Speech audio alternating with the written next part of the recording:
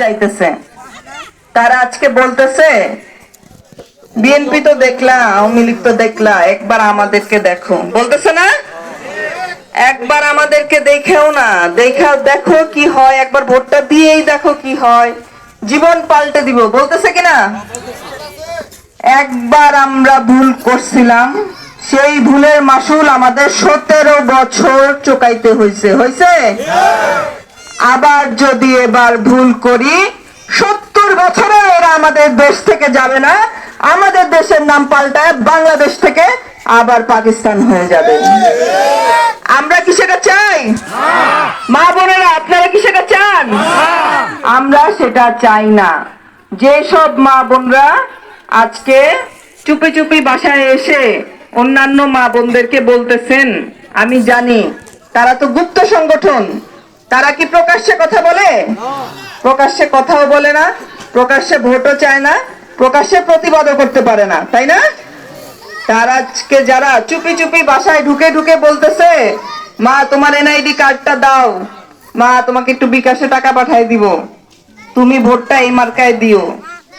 আমরা কি চুপি চুপি কথা বলতেছি? মনে রাখবেন, যারা চুপি চুপি কথা বলে, হয় তারা ভুল কথা বলে, নইলে তারা মিথ্যা কথা বলে। যাদের সাহস নাই সত্য কথা সঠিকভাবে সবার সামনে বলার, তারাই গোপনে কথা বলে।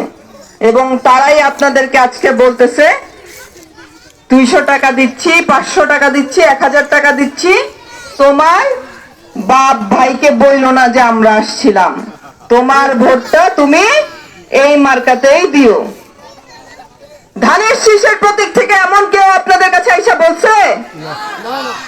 তার মানে ধানের শীষের প্রতীক এমন একটা প্রতীক যারা সত্য কথা সঠিকভাবে সঠিক সময়ে বলতে পারে এবং গলা উঁচু করে বলতে পারে, ঠিক কিনা?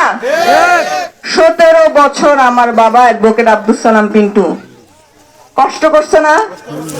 আমরা কষ্ট করছি না? তার নামে কিন্তু কোনো দুর্নীতির মামলা নাই, তার নামেও কোনো দুর্নীতির মামলা নাই, তার ভাইদের নামেও কোনো দুর্নীতির মামলা নাই। সবচাইতে বড় লোভ কি? টাকার লোভ, অর্থের লোভ, নাকি?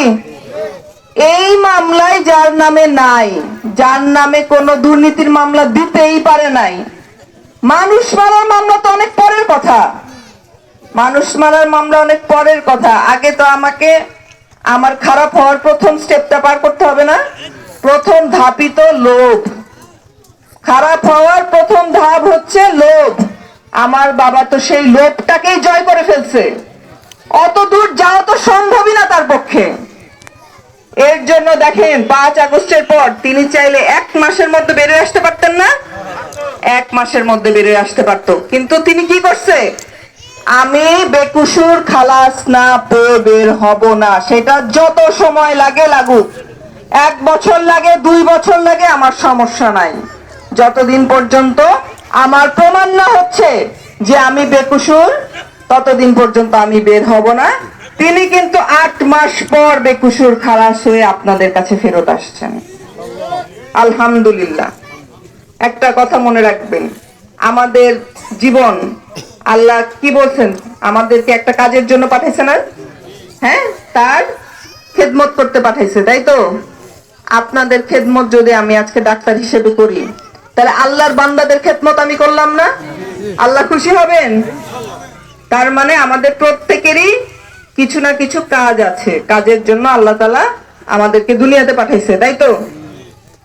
আমার বাবা যে বেকসুর, এটা আল্লাহ তাআলা জানতেন, এবং আল্লাহ তাআলা